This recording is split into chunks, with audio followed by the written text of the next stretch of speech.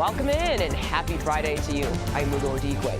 Any moment now, White House Press Secretary Caroline Leavitt will brief reporters live from the White House. And top of mind today, trade talks with China. Those are set to kick off tomorrow in Switzerland. President Donald Trump getting a head start on those discussions with this message on social media saying, quote, China should open up its market to the USA, adding closed markets don't work anymore. He followed up with this suggestion, saying 80% tariff on China seems right. Up to Scott B. He's, of course, referring to United States Treasury Secretary Scott Bessent, who will lead those negotiations. Now, for some context, an 80% tax on Beijing goods would be a sharp reduction from the 145% tariff the country currently faces. Let's bring in CBS News White House reporter Aaron Navarro. Aaron, good to see you on a Friday. What will you be watching for this weekend as these talks get underway? Mugo, good to be with you. This is certainly an interesting concession from the president here to 80%. And the backdrop of this comes as one, Chinese officials leading up to these weekend's talks have said that they want the tariffs to go down in order for them to come to the negotiation table, in a sense, in good faith. And two, you've seen shipments from China, you've seen ports in America empty because Chinese officials say that shipments from China to the U.S. are down about 21%. This potential tease of an 80% tariff instead of 145% tariff, while still high, could certainly help appease Chinese officials as they start their negotiations. And that'll be expected to be this Saturday in Switzerland between Trade Representative from the U.S., Jamieson Greer, Treasury Secretary Scott Bessent, and the Vice Premier of China, He Lifeng. You know, Bessent, who it seems like President Trump is giving the power in terms of determining whether it'll go down to 80%. He is one of the first Trump officials to say that the situation between the two countries is, quote, unsustainable, at least for China, and says that he wants to de-escalate that situation. So I'll be watching to see if Bessent takes the president's lead here. And Aaron, as we said, we know that White House press briefing should be starting any time now. So do we expect the White House press secretary to announce any more trade deals during today's briefing? Yeah, it's very rare that the White House officials get ahead of the president. That's been kind of their common line when we've asked what deals could potentially be up next. And we heard from multiple officials, Commerce Secretary Howard Lutnick yesterday, Trade Advisor Peter Navarro, when reporters asked what could be next, and they said we won't get ahead of the president here. But there are some countries that we know White House economic officials have been meeting with in recent weeks, India being one of them, that we'll see how the current conflict with Pakistan could impact the timing of any sort of trade deal. South Korea, Mexico, and even Canada, which we saw the first, meeting between the new Prime Minister and President Trump earlier this week. They are certainly one of America's biggest trading partners. Potentially some progress on the deal we could see in the next couple weeks. Okay, CBS News White House reporter Aaron Navarro, thank you so much for your reporting. Let's head over now to New Jersey, where we're learning of more issues at Newark Liberty International Airport. Here's some breaking news from CBS News New York earlier. We begin with breaking news. Newark Airport's air traffic controllers dealt with yet another temporary radar and equipment outage this morning. Live pictures from there now. And this comes after more than a week of delays and cancellations that have plagued travelers. Let's get out to investigative reporter Tim McNicholas in our newsroom, who's been closely following the issues with the FAA. Tim. Cindy, the Federal Aviation Administration says this was a radar and communications outage. Happened around 3:55 a.m. and lasted about a minute and a half. We've asked the FAA if this was a complete outage or if these controllers had any way to communicate with planes at all for those 90 seconds. We're waiting to hear back. A similar outage last week prompted some controllers to take a leave of absence to recover from the stress. Since then, Newark has dealt with widespread delays every day due to air traffic control issues and also runway construction and weather. So far today, 74 cancellations and 246 delays, about 4-hour delays on average. Just this morning, U.S. Transportation Secretary Sean Duffy told CBS News the lines that went down last week were working. Main line that feeds information into Newark, that went down. The secondary line didn't stand up, and so both lines are now working. We have a little bit of issues with our air traffic controllers. Some of them have stepped out of the tower. They were stressed. Yeah. So we're training new individuals in the Philly TRACON, which services Newark, and we're building a whole new fiber-driven system down in Philly that does serve that Newark TRACON, or the Newark Airport. So listen, we're in a situation where, you know, it's going to take us a little bit of time. I hope by the summer we're going to be fully functioning. Yesterday, Duffy announced a multi-billion-dollar plan to upgrade air traffic control equipment across the country. He said last week's outage at Newark, which he says lasted between 30 and 90 seconds, is a frightening example of the need for improvements. Both equipment outages happened at an air traffic control facility in Philadelphia, where the FAA moved a group of controllers who handled Newark last year, despite objections from their union. CBS News New York reported that relocation caused more than 800 flight delays within the first 2 weeks of the move. And we have now obtained some air traffic control audio from that incident this morning. We are reviewing that, and we'll get it out to you as soon as we can.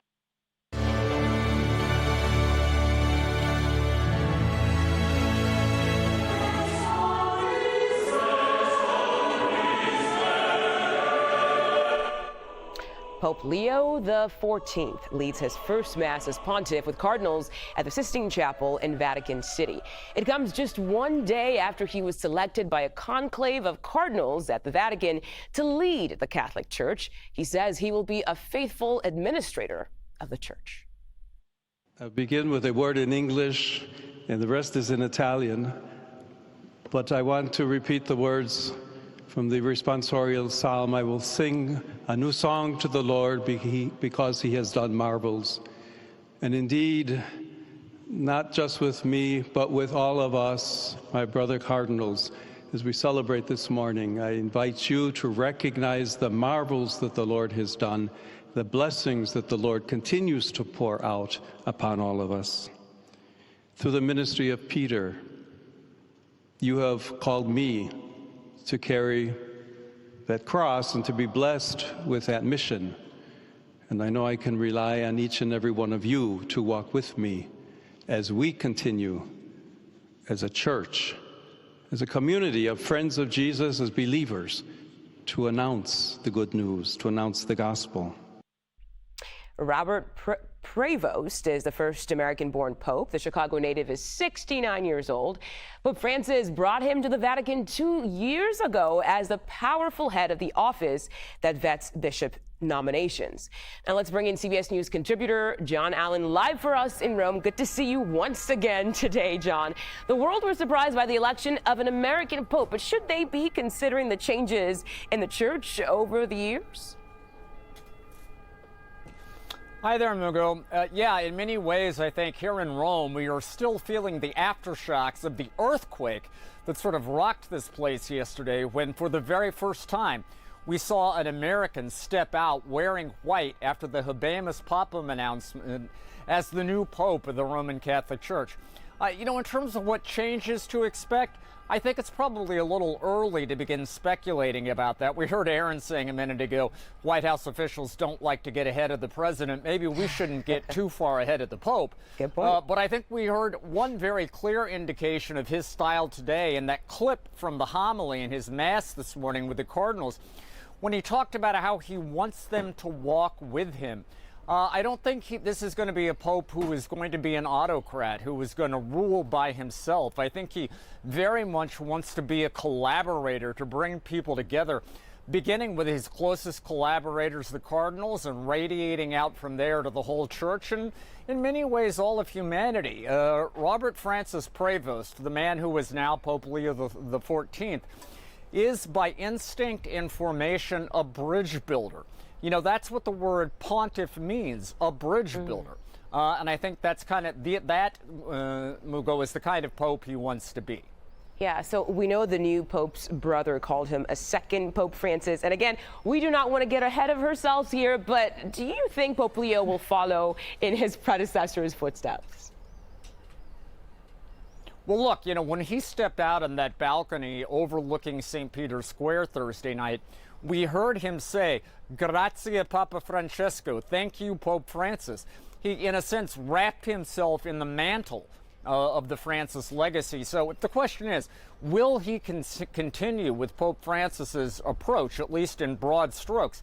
I think the answer is a clear yes. Now, at the same time, Pope Leo XIV is his own man. He's not simply a photocopy of Pope Francis. Pope Francis was, in many ways, a kind of maverick. He was a live wire. I think Pope Leo is going to be a bit more restrained, a bit more cautious, a bit more judicious in the way he goes about things. But that doesn't mean any less clear or any less firm. I think particularly when it comes to Catholic social teaching, the defense of the defenseless, the voice for the voiceless. I think he's going to pick up that megaphone that Pope Francis left behind and use it to good effect, Mugo. And based on what you've heard so far from Pope Leo's speeches and sermons, any indication right now of what kind of pope he'll be?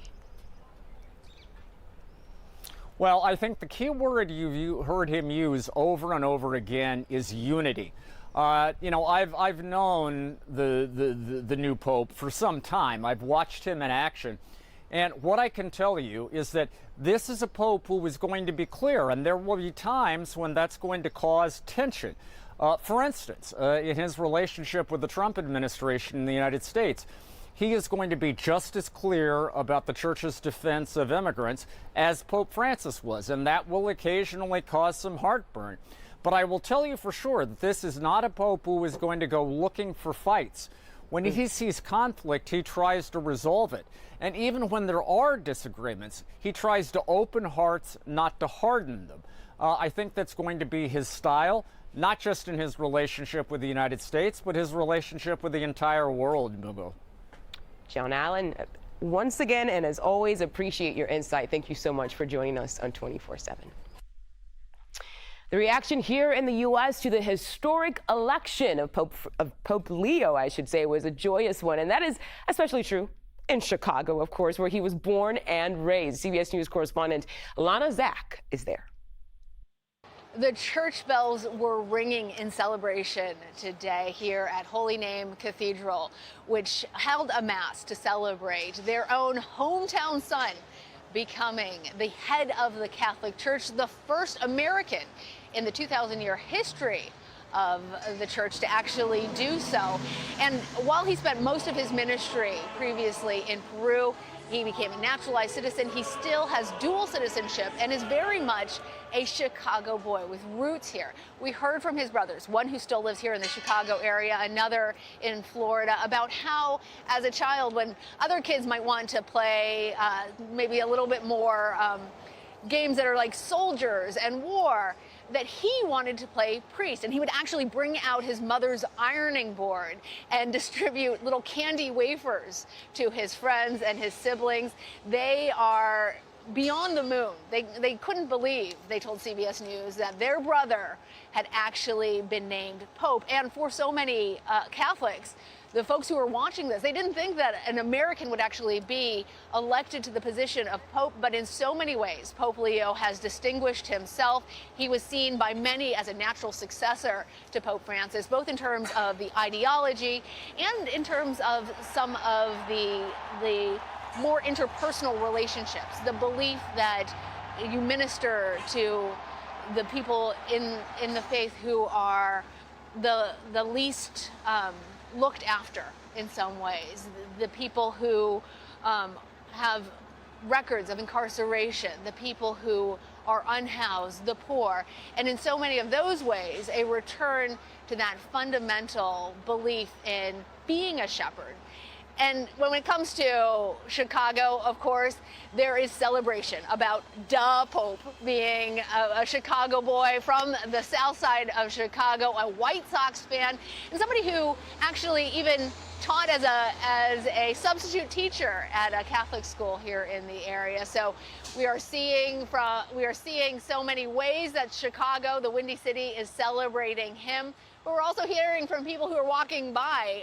Somebody just exclaimed earlier, "Go Pope Leo," and that's something that I think is pretty uniquely American, pretty uniquely Chicagoan, and certainly an expression of the excitement that we see here.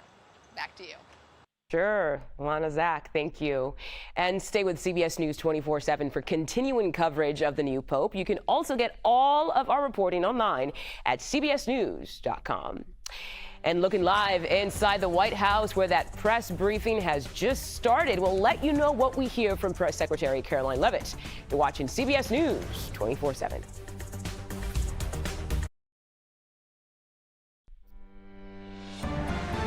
President Trump announcing Fox News anchor Jeanine Pirro will serve as interim U.S. attorney for Washington, D.C. Pirro replaces former interim attorney Ed Martin, whose nomination Trump pulled after it became clear Martin didn't have support from Senate Republicans for confirmation. President Trump made the announcement on social media, saying in part, Jeanine is incredibly well qualified for this position, and she is in a class by herself. So let's go over some of Pirro's background. She's hosted a news show on Fox News, namely Justice with Jeanine and The Five. Unlike her predecessor, Ed Martin, she does have some prior law experience as a former judge and district attorney for New York's Westchester County. Pirro also ran for New York State Attorney General back in 2006, but lost to Democrat Andrew Cuomo.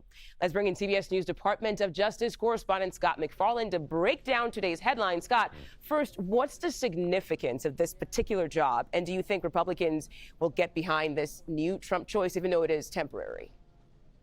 There's every indication Jeanine Pirro will have the support of Republicans if she becomes an actual nominee for confirmation. For now, she'll just be the acting U.S. Attorney for Washington, D.C., which may sound obscure, but is a distinctively important and powerful position.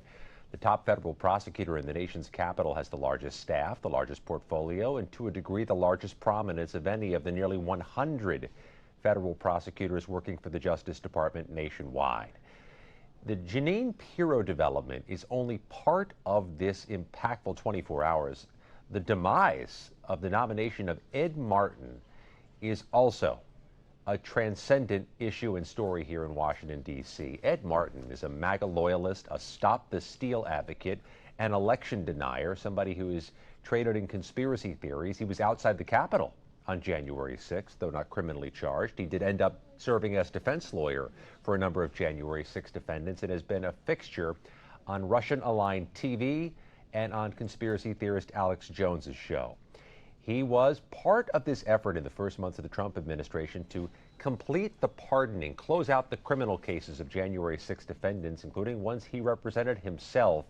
His exit from this position is some consolation to Trump's critics, who've been a little more muted about what they think on Jeanine Pirro. Okay, Scott, I want to pivot to multiple sources telling CBS News that the DOJ launched a criminal investigation targeting New York Attorney General Letitia James. What can you tell us about that? That there's an investigation that could reach from the Northern District of New York, upstate, to the Eastern District of Virginia, among some allegations of mortgage document misconduct. The spokesperson, the attorney for Ms. James, unequivocally denies those allegations and says this is political retribution, pure and simple, against James for her role in investigating President Trump in recent years. But if there's a criminal case that is launched, it's the practice of the Department of Justice not to confirm the case is there unless there are charges filed. And Scott, you also have some reporting on the Trump administration firing Dr. Carla Hayden. She is the Librarian of Congress. Can you go over exactly what we know about this fallout? Well, the cause of action, the reason for the firing, is far from clear. We know that the Librarian of Congress, Dr. Carla Hayden, was fired in this one-paragraph email she received late yesterday from a member of the Presidential Personnel Office. So they don't explain why, but she is gone ahead of a term that was to conclude in 2026.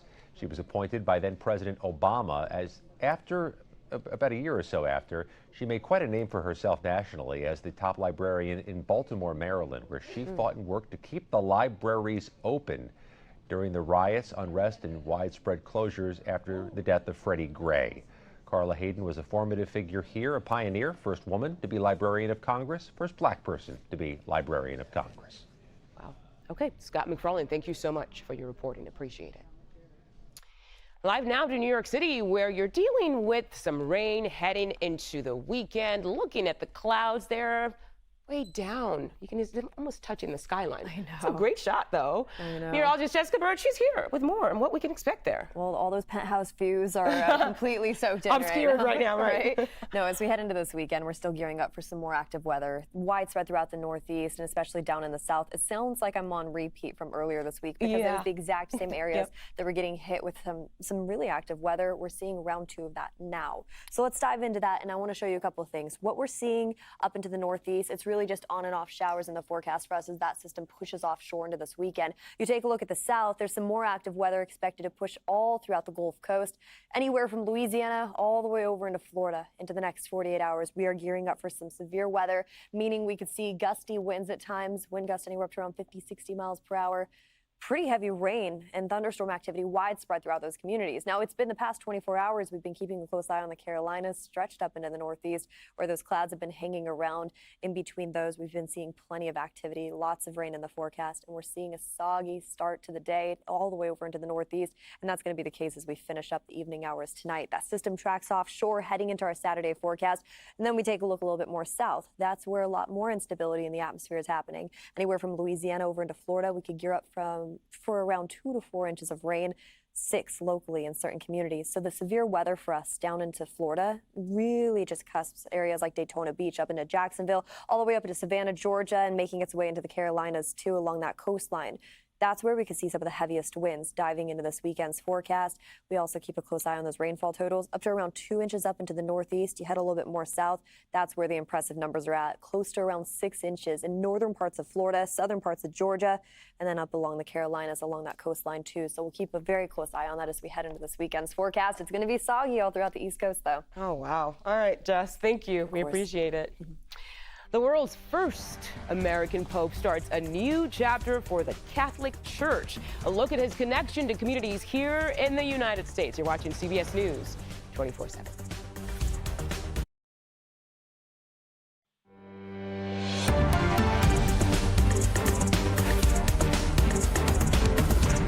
We are continuing to follow the outages at Newark Airport that caps off a week full of problems for travelers heading to and from New Jersey. The FAA says another brief telecommunications blackout this morning had an impact on radar display. CBS News obtained some of the audio from air traffic control when they experienced that radar outage. Take a listen.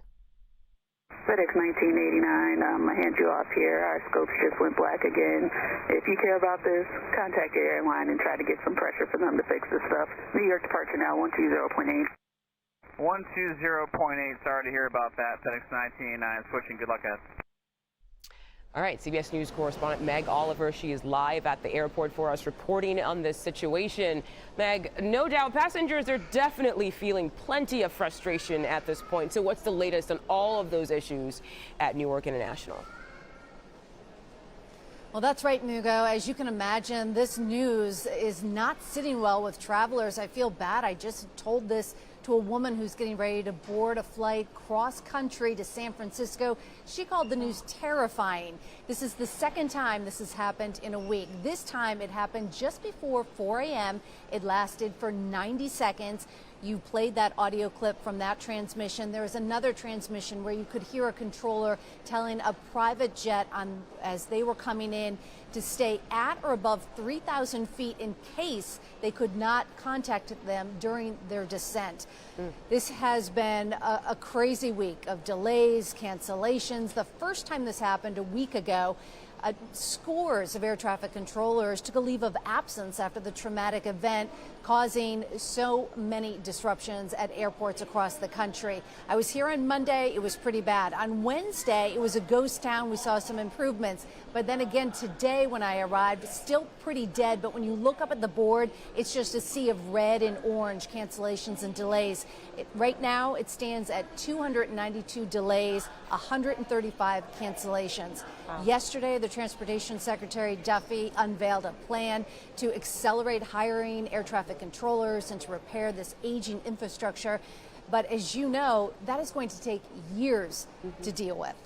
Mugo? And Meg, I'm not sure there's an answer to this question right now, but any end in sight to all of this? Because I'm sure travelers, they have places to go. Absolutely. And I think, on Wednesday, we were hopeful. We were thinking, okay, well, maybe it seems really dead here and there were not that many delays or cancellations. But I think what was happening then was more people were going to fly out of JFK and LaGuardia. So, in the meantime, I think travelers are just not sure what to do. First of all, they're wondering, is it safe to travel? And next, they're wondering, if I come out to the airport, am I going to be sitting here for hours? Right. Is my flight going to get canceled? So there's so many unanswered questions at this point. Wow, what a crazy situation. Meg Oliver, thank you so much for your reporting. All right, let's take a live look at the big board following market reaction as President Trump is slashing his tariffs on China. Now, this comes ahead of trade talks between the U.S. and China scheduled to happen tomorrow in Switzerland. Here's President Trump on social media this morning. He said 80% tariff on China seems right. Up to Scott B., presumably referring to Treasury Secretary Scott Bessent. Bessent will lead those trade talks this weekend. And a reminder here, U.S. tariffs on China are currently 145%. Here's White House economic advisor Kevin Hassett saying the U.S. has a number of negotiation options in Asia. Howard Lutnick and Jameson Greer have suggested that they might be moving towards getting a good deal in Asia, and there are a number of candidates for that, and that way we're kind of getting trade deals all around the world, and I think they like the look of that. But the president in the end will decide, and he's got lots to choose from to what the next deal is. But again, the interesting thing is that they're kind of bespoke deals, and so they really are going into the things that are the big concerns for the individual countries, and so each deal is quite a bit different, and so that's why they're coming one at a time. Now let's get to CBS News Money Watch correspondent Kelly O'Grady. Kelly, we know U.S. trade talks with China will happen tomorrow, as we mentioned, but we've seen a significant drop in shipments of Chinese goods to the United States. The question here, who has more to lose in this meeting?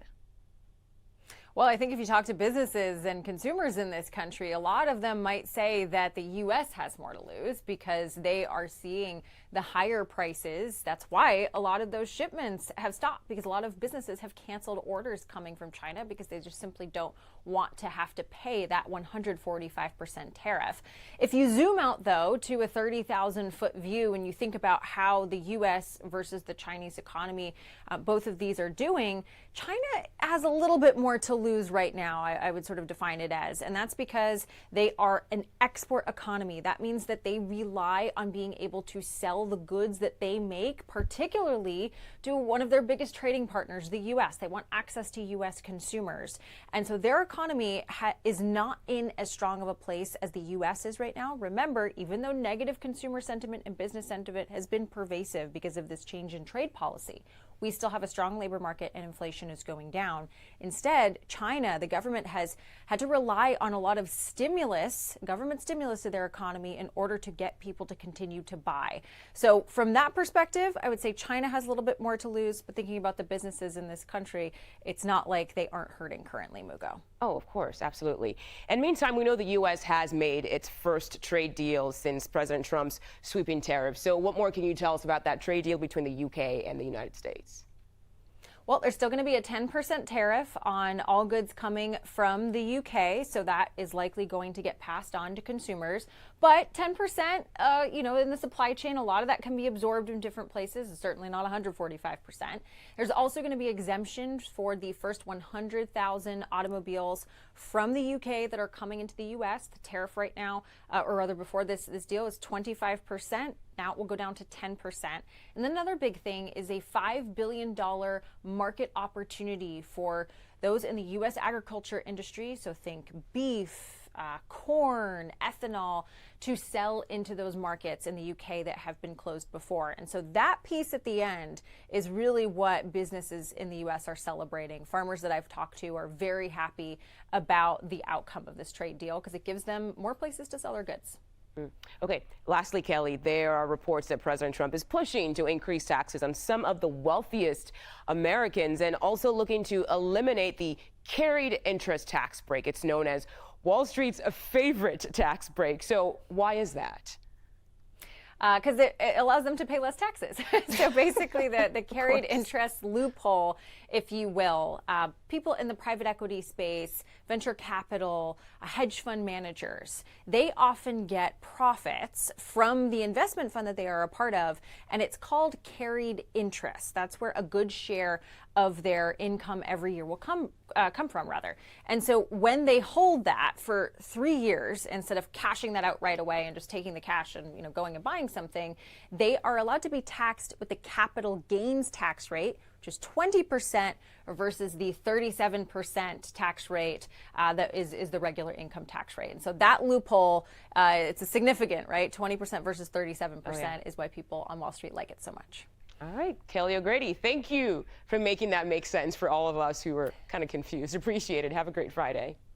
Okay, we're looking live inside the White House where that press briefing started. We'll let you know what we hear from Press Secretary Karoline Leavitt. You're watching CBS News 24/7.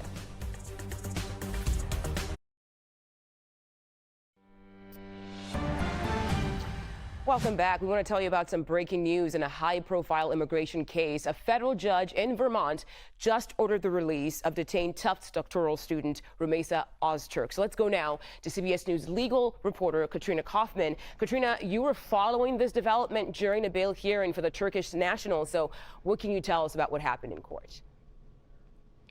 The judge said that the detention of Rümeysa Öztürk could not stand. He said that bail was necessary. He talked about, a lot of this hearing was about her asthma condition, and he talked about how keeping her in detention could cause irreparable harm to her health if it's continued. He also said that it appears that she has just been detained due to an op-ed that she wrote, and that he sees a very substantial First Amendment claim here, as well as due process issues. So this seemed to be a very clear-cut case for the judge. He also did not in any way deem her to be a danger to society or a flight risk. He didn't even put any travel restrictions on Rümeysa Öztürk. He said that it's clear to him from her testimony and from also letters that he's received about her that she is someone who is really committed to her academics, that he doesn't see any threat, that he thinks that she's just going to continue her studies at Tufts, and if anything, she needs to have some freedom so that she can go present at academic conferences and continue to be part of that community. Okay, Katrina Kaufman, thank you so much for getting us that breaking news. In fact, there's a press conference happening outside the courthouse right now, so let's listen in. That the government has literally only one single piece of evidence for detaining Rümeysa, and that is the op-ed that she wrote in her student newspaper expressing views that the government disagrees with or dislikes. And the court affirmed today the basic and fundamental First Amendment principle that we all hold dear, that is not something that you can lock people up for. So we're so excited and so happy for Rümeysa, and we're so happy that this court affirmed the basic principles that we've been fighting for all along and will continue to fight for. Go ACLU! 6 weeks ago, ICE agents abducted Rümeysa from her community in retaliation for her speech defending Palestinian human rights. The court's decision today explicitly acknowledges that this type of retaliatory conduct chills the speech of not just Rümeysa, but millions of non-citizens in this country, and it's explicitly in violation of the Constitution. We are appreciative of the court granting Ms. Öztürk Rümeysa release today, and we are moved by the court's reflection, very thoughtful reflection of all of the evidence that was been put forward by Ms. Öztürk and the complete lack of evidence being put forth by the government. And the court's conclusion that Ms. Öztürk is absolutely not a danger to her community, not a flight risk, but an asset to her community. Someone who's dedicated her life to her academic pursuits, to her completion of her PhD in the service of children, I think is a reflection of why the government's conduct in this case was just so objectionable. I'm going to let my colleagues speak, and I'm going to also read a statement from Ms. Öztürk's other attorney, who's with her currently at the Louisiana detention facility, and I'll read that statement shortly.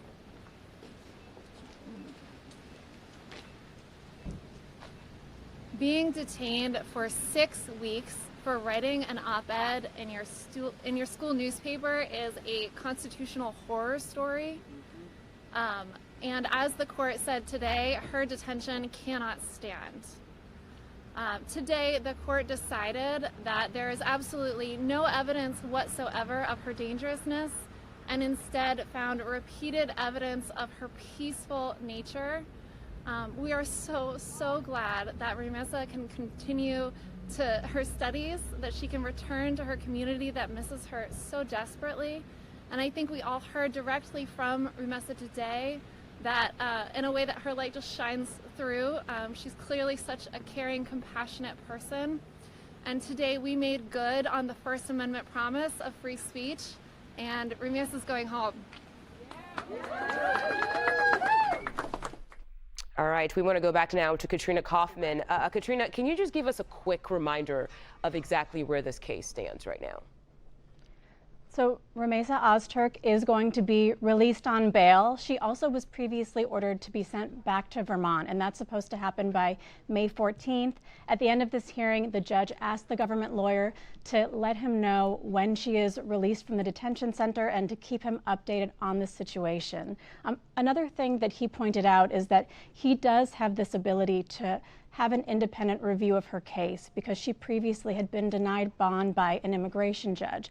That court is part of the executive branch. But while he didn't see any reason to put conditions on Rümeysa Öztürk's release, he acknowledged that ICE may want to do so. So he said the government can submit proposed recommendations and that he may amend her release. All right, Katrina Kaufman, thank you so much for your reporting and bringing us that breaking news. So just moments ago, that White House press briefing wrapped up. White House Press Secretary Caroline Leavitt, she was taking questions, of course, at the White House. Let's go now to CBS News White House reporter Erin Navarro for a look into the briefing. Erin, what exactly stood out to you from all you heard in that press briefing? Yeah, just building off of what we've been talking about, the White House was asked about that release of Rümeysa Öztürk, and Press Secretary Caroline Leavitt said she needs to look into the case a little bit more, but said that the Department of Homeland Security does have that right to deport immigrants that have had their visas revoked, as in this case. Now, in terms of other news, Caroline Leavitt was asked about that potential 80% reciprocal tariff on China instead of 145%. She was asked what led to that potential change. Take a listen to her answer. Thanks, Caroline. The president has been pretty firm on keeping these 145% tariffs in place on Chinese imports. Today, via Truth Social, he said that he'd be possibly open to lowering those to 80%. Why the change, and how did the president land on 80? The president still remains with his position that he is not going to unilaterally bring down tariffs on China. We need to see concessions from them as well. And again, that's part of the reason that Secretary Besson is going to talk to his Chinese counterparts this weekend to start those discussions in person. As for the 80% number, that was a number the president threw out there, and we'll see what happens this weekend. And always in the effort of transparency, I'm sure you'll hear directly from the Treasury Secretary or the president after those negotiations conclude. Now, it's not clear exactly what concessions the White House wants, though President Trump posted this morning that they want more markets in China to open up for U.S. goods. You'll see the Treasury Secretary as well as the U.S. Trade Representative Jameson Greer meet with Chinese officials in Switzerland expected this Saturday. Another bit of news, she was asked about this Reuters report of the U.S. potentially supporting running a government in Gaza following a potential ceasefire. Take a listen to Caroline's answer. We are in constant communication and dialogue with our counterparts and our allies and friends in Israel. Ron Dermer was here at the White House yesterday meeting with members of President Trump's team.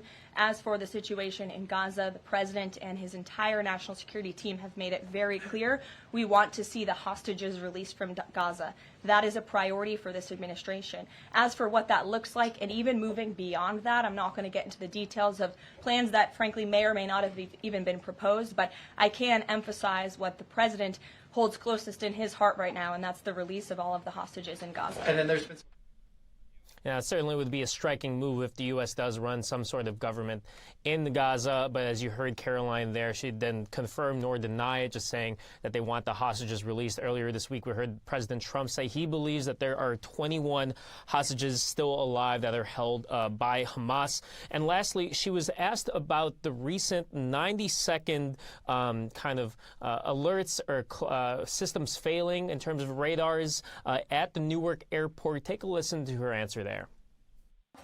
Yes, I'm glad you asked about the FAA. There was a glitch in the system this morning, especially at Newark Airport. As you all know, I spoke to the Department of Transportation. That glitch was caused by the same telecoms and software issues that were raised last week. Everything went back online after the brief outage, and there was no operational impact. DOT and the FAA are working to address this technical issue tonight to prevent further outages, as well as install new fiber from Newark Airport to Philadelphia. And the goal is to have the totality of this work done by the end of the summer.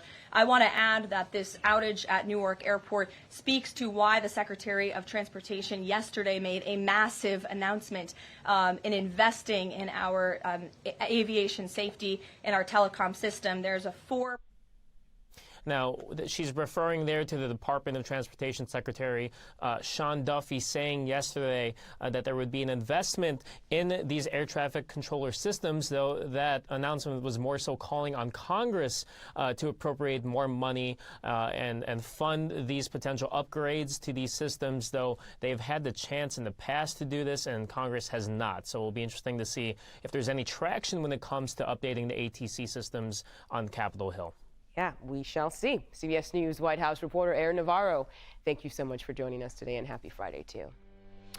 You're watching CBS News 24/7. We'll have much more of your headlines next.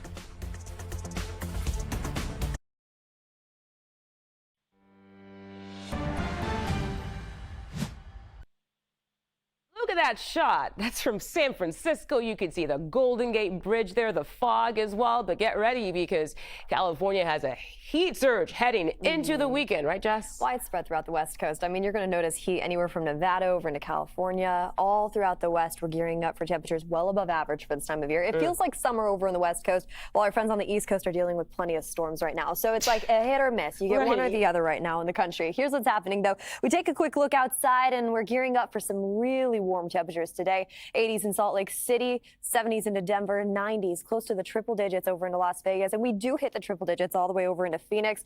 That temperature map showing a lot of heat, especially down into the south building as we head into the next 24 hours. Take a look behind me, though. A couple things to mention. This area of high pressure is the reason why it's dry and warm right now over in the West Coast, while our friends over on the East Coast are actually dealing with temperatures below average. Today, we're about 15 to 20 degrees above average, anywhere from Salt Lake City stretched over into San Francisco. Throughout these communities, we're going to continue to see a lot of heat as we head into this afternoon, heading into this weekend's forecast and all the way into early next week. That's when that heat starts to shift its way over into the Midwest. So today we can gear up for potential record highs anywhere up to around 100 degrees in Hanford, California. Billings, Montana, up to 88 this afternoon. We turn the page into our Sunday forecast. That's when the heat starts to move. I mean, look at some of these states. We're now talking about the Dakotas, Minnesota, all the way over into Wyoming. This heat's slowly going to move from the West Coast to the center of the states heading into early next week. So we're going to talk a lot more about this on Monday. Oh, I am sure we will, Jess. Thank you so much.